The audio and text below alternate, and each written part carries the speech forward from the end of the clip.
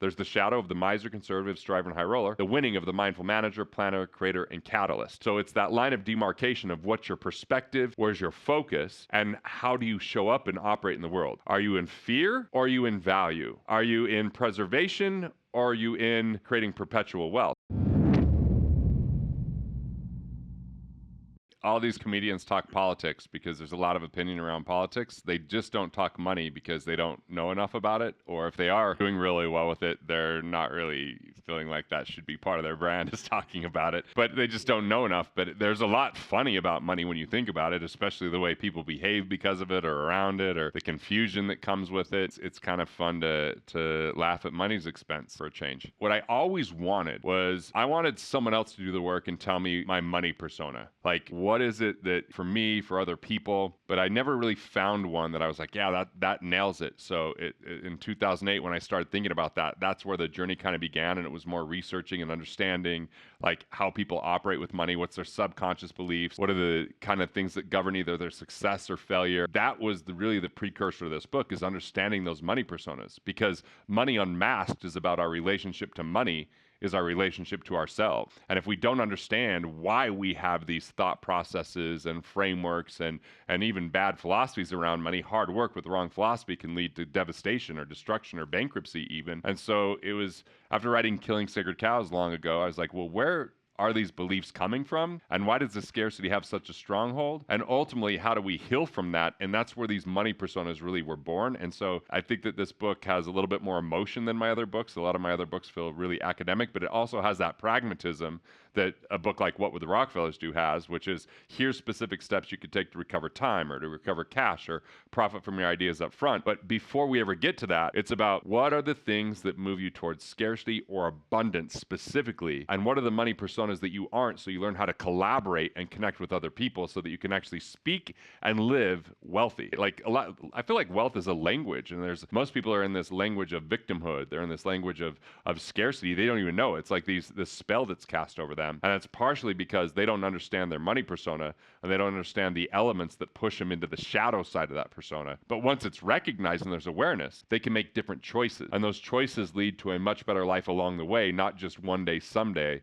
in the future, like retirement. I even looked at my own life where I was like, hey, I'd been 10 years in business. I started in 98 and that was 2008. I was over leveraged with real estate. I was distracted by having too many things on my plate. And for some reason, I was in this belief that if I just sacrifice and more is better and one day, someday it'll all get. And I was like, what are my belief systems? What led me to this place where I'm doing things that I don't love to do, that was only in the name of money, and I'm following so-called gurus that are actually having me take risk that because it's not really what I wanted to be up to. So that was kind of the moment of reality and clarity that came to me that led towards this. And what I discovered is, first off, my wife is a conservative / planner, which is one of the money personas. Shadow side's conservative, which is all about accumulation. It's about delayed gratification, and it's all about the future, but never enjoying the present, where the planner's about being stable, thoughtful, and strategic, and about how to be more efficient and effective and plan for contingencies. So I looked at her as kind of hesitant and overly analytical and always pumping the brakes. And I, on the other hand, was the striver creator. So the striver always thinks you can just work harder to make more money, but they probably burn out, and was more about status than actual quality of life. And on the other side, the creator is really good at initiating things and leading with innovation and ingenuity. So once I understood her money persona, instead of looking at it as a battle, I looked at it as her as how could she start to illuminate the best path, ask the questions I didn't ask, do some of the fact finding that I didn't want to do. But for me, I was great because I was initiating things that she would have never thought about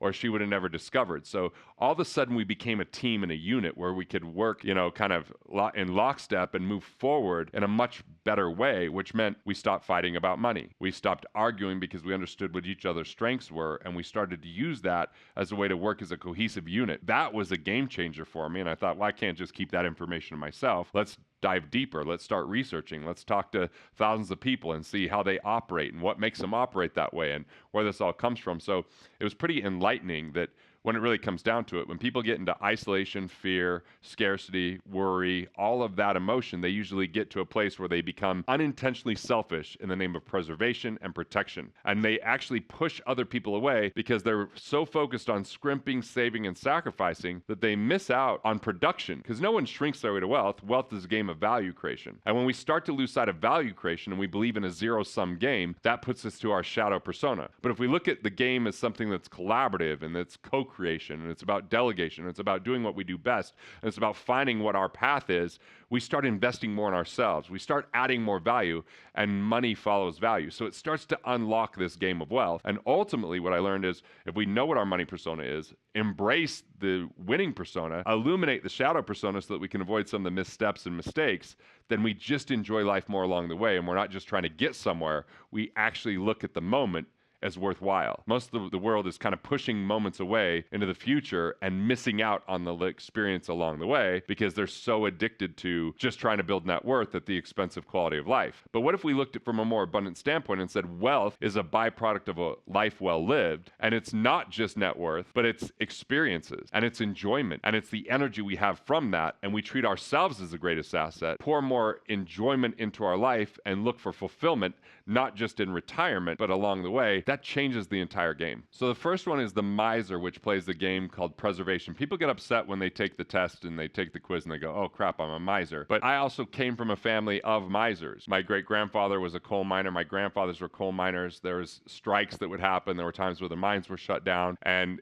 that lack of stability created a place where they tried to hold on to all that they could. They double coupon clipped. They knew where the cheapest gas was. They had food storage. There was all this stuff that kind of had them be weary, which to a planning standpoint could be helpful, but from a mindset standpoint where it's always about what you could lose and avoiding that, it gets to a place where there's limited growth. So on the flip side, though, is the mindful manager. The winning persona is detail-oriented. They're efficient. They're great at improving things. They're instrumental for organizations that are looking to, enhance ideas and reduce waste. So it's really a perspective of, if you're a mindful manager, you're co-creating, you're delegating, you're collaborating. If you're a miser, you're isolating, you're in scarcity, you're reducing. So the second one is the conservative planner that I mentioned. The conservative plays a game called accumulation. They end up with funds that they can't spend because they're always trying to save for the future. Where the planner is just stable, thoughtful, and strategic. And they're monitoring the effectiveness and efficiency of things, and they plan for contingencies. It's very helpful. The striver just thinks they can work harder to make more because they're addicted to status. So it's all about how much can they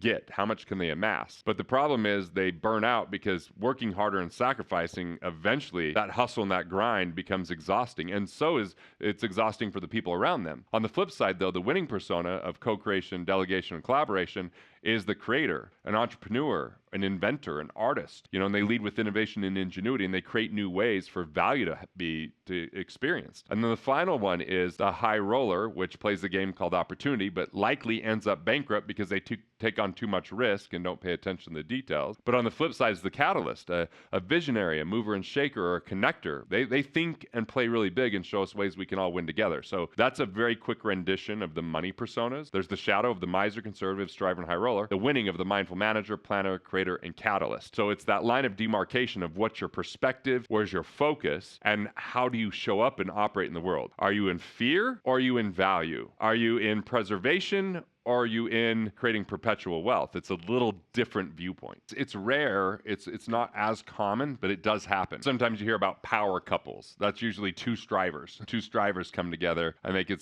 be seen as a power couple. But I think the universe kind of plays this sick joke on us where we always find a money persona different than us the majority of the time because there's something we could learn from them. It does happen. Like I've seen two misers together, and they are probably the best in the world at saving money, but at the same time, they don't value their time enough. So, I would say that well over 3/4 of the time, using loose percentages, 3/4 of the time, it's a different money persona, at least. I think that the people that are going to love the book the most, if I were to be really candid about it, are people that have checked the box in life and they're not as fulfilled as they want to be. People that are maybe in their 40s or 50s and they have some level of success, they have some level of momentum, but at the same time, they're like, is this all that life has to offer? That's going to be the majority of people that really benefit from the book because it'll speak to them. I think someone in their 20s will be getting a lot of value understanding their money persona, but they might not quite understand the value of designing a game worth playing and going for it, because once someone's lost money for the first time, or once someone has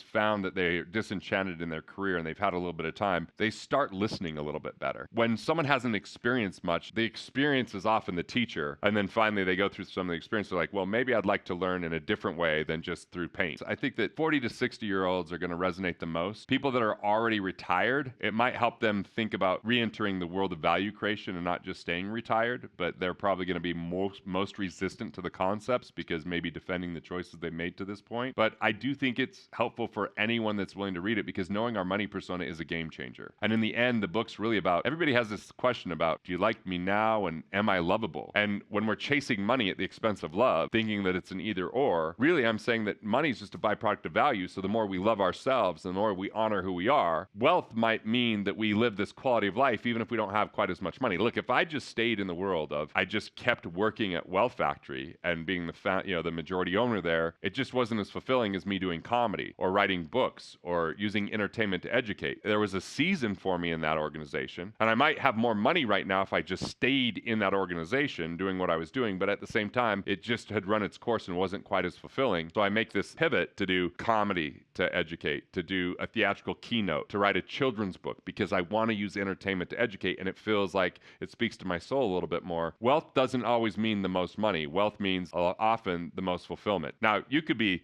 completely rich with money and not all that happy. I think it's a lot easier to be happy with money than without. There's no doubt about that. But at the same time, it's not a guarantee. A lot of money doesn't guarantee happiness, especially if it was earned in a way that you're no longer enjoying and you feel stuck in that world or stuck in that career. This is the most popular chapter in the book because the concept is, without having to borrow money, without having to invest up front, how can you profit from your ideas from day one? And it's a concept of how do you win before you play? And so you could take an idea, like this happens all the time. I pay for concerts, I pay for comedians, I pay for sporting events before I know what the outcome's going to be or how good it is, which means they've profited from it before they've even shown up. So the cycle of creation is, how do you profit from your ideas up front? So you build momentum using both mental capital, which is your ideas, and relationship capital, which is people that know you, so that you can start to benefit them, and that they, instead of borrowing money, it funds everything that you're up to. They did this with the Statue of Liberty. The Statue of Liberty came over from France, and it was just laying on its side in the Hudson. So what they did is they just went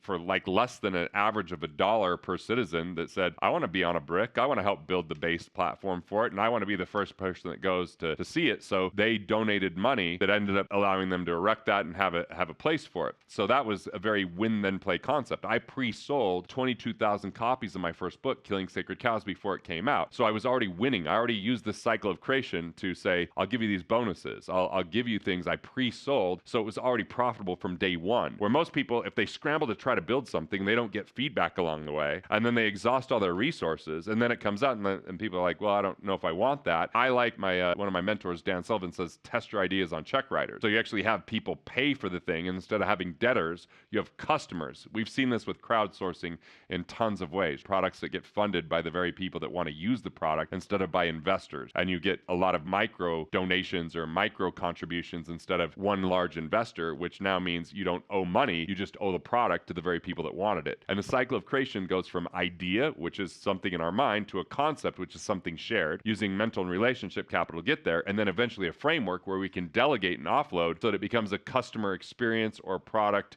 or some type of service. And when we can profit from that along the cycle before it's done, we get that money up front so that we can build something even better, but it takes a high degree of integrity and a process called pre-selling. So that chapter is pretty fascinating because I did it with the first video course I ever created, the first book I ever created. I don't always use the cycle of creation as far as pre-selling and making the money up front. Sometimes I just do it over time and I have it in different phases, because sometimes it can be really complicated to start something and get paid and have these timelines with it. Sometimes I like to have a little bit more flexibility, but I've done it with video courses and we've done it with books and things like that. And we see people do that out there in the world all the time. So I had this firm called Ingenuity back in the year 2000. I had started selling life insurance and mutual funds in 98 and 99. And it went really well because the stock market went well. I didn't know what I was doing, but the stock market went up in 98 and 99. So I seemed like I was really intelligent. And then the market started to go down in 2000. And all of a sudden, all my friends and family and their parents that cashed out double E bonds were like, hey, wait, those never lost. Why is the accounts going in the wrong direction? And so I decided to really dedicate myself to figure out how to, where could there be higher degree of guarantee to help people with money? And what I came up with was, if I help them be efficient, save tax, save interest, save non-performing fees,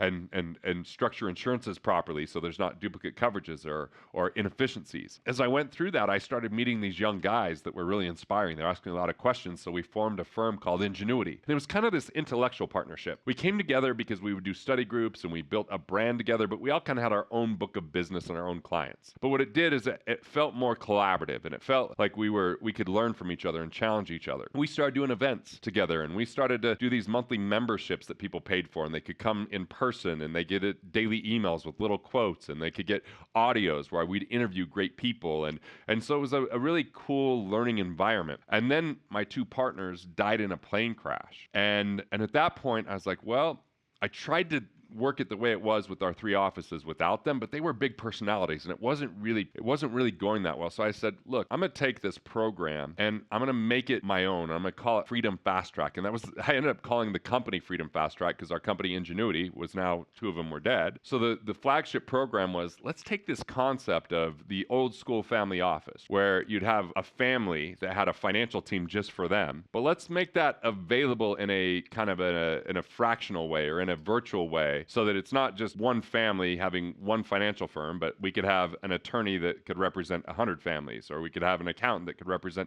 100 families. That these were people that didn't have enough money. They might make $1 million of revenue, but they definitely couldn't afford to have it. That would be more than the financial team would cost them too much. So I started to build that. And then what I realized is it was very labor intensive and it wasn't very scalable. And there was this company called Elevation Group that had sold 50,000 online education programs around finance. They had this platform that people could pay and they could hear all these interviews. And this guy Mike would say, hey, watch me on my wealth journey. I'll interview attorneys and I'll interview real estate people. And he kind of got in a place where he was not able to really do that anymore because it was some scam thing. So he was done, but he wanted to see it continue. So I bought that. And in buying that, I was like, hey, Freedom Fast Track's the name of our program. We really need to have a different name. And they were tinkering with this name Wealth Factory.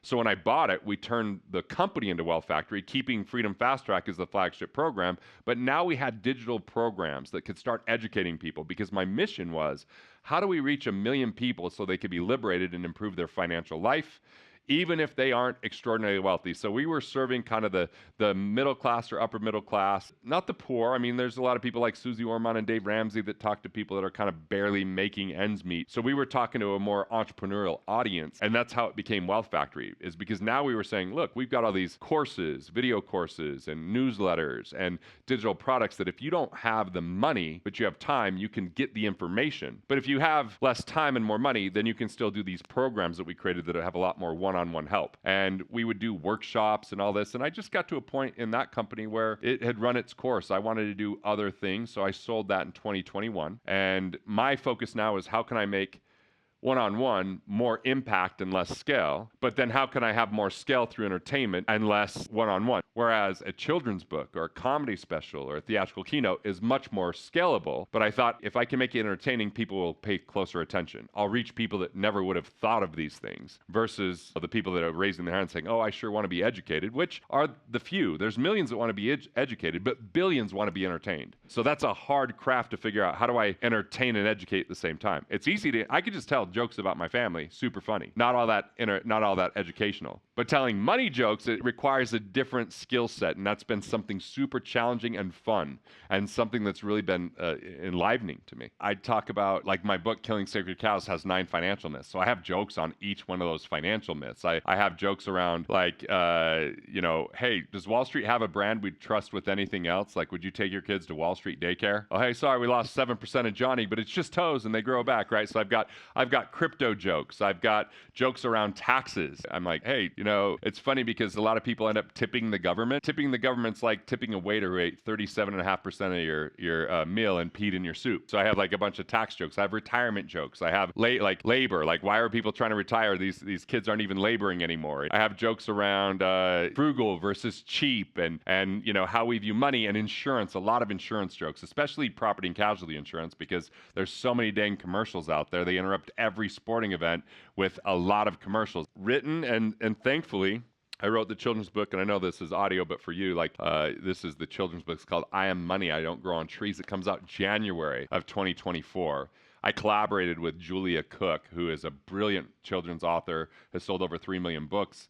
And Source Books is our publisher, and they're fantastic. And they found an amazing illustrator. I just think it's a super cute, fun book, and with a brilliant message. So I know that I'm an author in it, but I'm not bragging about it. I'm just so pleased with the team and what we're able to do, because I think this is a message that's needed. It's money is the character in the book. So who better to teach about money than money itself? And it's about, hey, when you have money, it can make you feel better to take care of your basic things. It does. It's been proven to make you happier. But above that, it's not a guarantee that it's going to make you completely happy. So what would make you happy? Well, maybe investing in yourself and developing skill sets and having enough money that you know that you could share and that you're beyond survival. And so it's talking about them being their greatest assets, and just has super fun, cute stories in here about what you could do with money. And we teach about interest, calling it interesting. We talk about crypto outfits. We talk about coin outfits. So we talk about the different ways that money can dress up, and sometimes the credit card outfits or the credit card jackets try to get out there without permission, and then he's tucking them away in a drawer because they're spending money he doesn't have, and that kind of stuff. So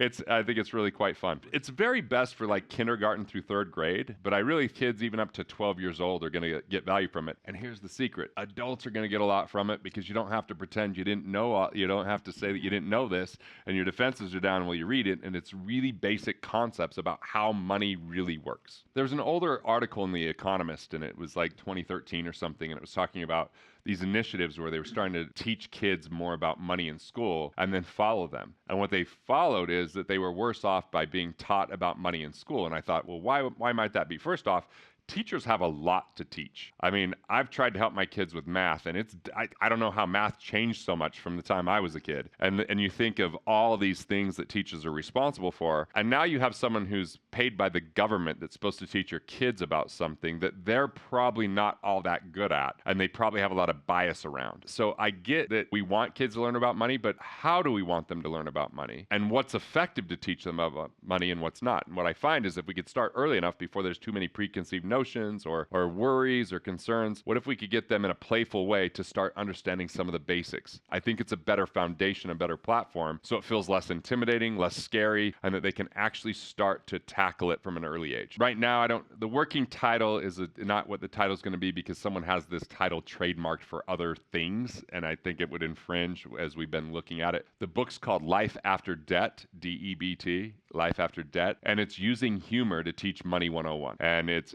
taking all these topics, and it's just comedic, and I'm going to illustrate it through the whole thing. Hey, thanks for watching. I appreciate it. And if you're enjoying these videos, well, there's good news. More where that came from, so go ahead and click through and watch the next video now.